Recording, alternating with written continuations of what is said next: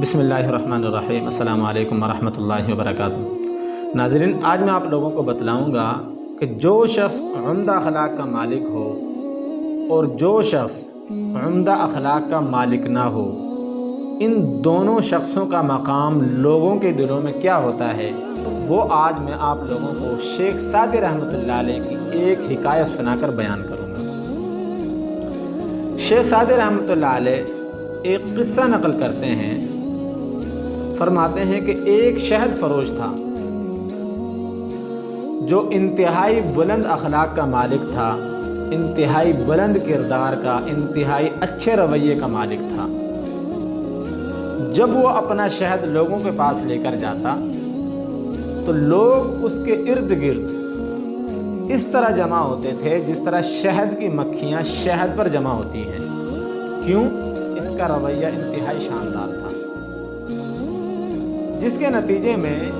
اس کا شہد آنن فانن فروخت ہو جاتا تھا۔ اور یہی وہ بات تھی جو اس کے حاسدین کو، جو اس کے مخالفین تھے، ان کو یہ بات ہضم نہیں ہوتی تھی، ان کو یہ بات اچھی نہیں لگتی تھی، پر اس کا شہد اس کے اخلاق کی وجہ سے آنن فانن فروخت ہو جاتا ہے۔ کسی طریقے کے ساتھ اس کام کو روکا جائے، لہٰذا انہوں نے اس شہد فروش کو تنگ کرنا شروع کیا، اور اس کو اس حد تک انہوں نے تنگ کیا تو جہاں پر اس کا رویہ لوگوں کے ساتھ انتہائی شاندار تھا، وہاں پر اس کا رویہ اس کے بالکل برعکس ہو گیا۔ اب جب بھی کوئی گاہک اس کے پاس جاتا اور اس سے شہد کے متعلق سوالات کرتا تو یہ شہد فروش ان سے بد اخلاقی کے ساتھ پیش آتا،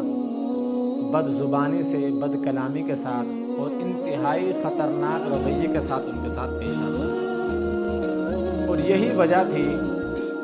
جس نے گاہکوں کے دلوں سے اس کی جو عزت تھی، اس کی جو عظمت تھی، اس کا جو بلند مقام تھا، وہ نکال لیا، اور ایسا ہوا کہ اس کا جو شہد آنن فانن فروخت ہوتا تھا، اب لوگ اس کے پاس بالکل بھی نہیں جاتے تھے۔ ایک دن یہ شخص اپنے گھر کے اندر بیٹھا ہوا سوچ رہا تھا، اور سوچنے کے بعد اپنی بیوی سے کہنے لگا، ہمارے گناہوں کی کوئی ایسی نحوست ہم پر آن پڑی ہے کہ جس کی وجہ سے اللہ رب العزت ہم سے ناراض ہو گیا ہے، اور ہمارا کاروبار کہاں سے کہاں پر آ گیا ہے۔ اب میں سارا دن بیٹھا رہتا ہوں، ایک گاہک بھی میرے پاس نہیں آتا۔ اس کی بیوی بہت ہی سمجھدار تھی، کہنے لگی، جو خدا اس وقت مہربان تھا وہ آج بھی مہربان ہے، لیکن جو تبدیلی آئی ہے وہ آپ کے رویے کے اندر، آپ کے اخلاق کے اندر، آپ کی بد کلامی کی وجہ سے یہ سارا کام ہوا ہے۔ آپ کا اخلاق جہاں پر تھا وہ آپ کا اخلاق بد اخلاقی میں تبدیل ہوا ہے، آپ کا جو رویہ لوگوں کے ساتھ تھا وہ اس کے بالکل برعکس ہوا ہے، اور آپ جس شیرینی کلام کی وجہ سے لوگوں کے دلوں میں گھر کرتے تھے، آج آپ کا وہ رویہ لوگوں کے ساتھ اس کے بالکل برعکس ہے۔ تو دوستو، اس واقعے کو سنانے کا مقصد یہ ہے کہ جو شخص عمدہ اخلاق کا مالک ہو، اچھے رویے کا مالک ہو، لوگوں کے ساتھ اچھے برتاؤ کا مالک ہو، تو لوگ اس کے پاس اسی طرح جمع ہوتے ہیں جس طرح اس شہد فروش کے پاس لوگ اس کے عمدہ اخلاق کی وجہ سے جمع ہوتے تھے۔ اور جو شخص بد اخلاقی کا مظاہرہ کرے، بد کلامی کا مظاہرہ کرے،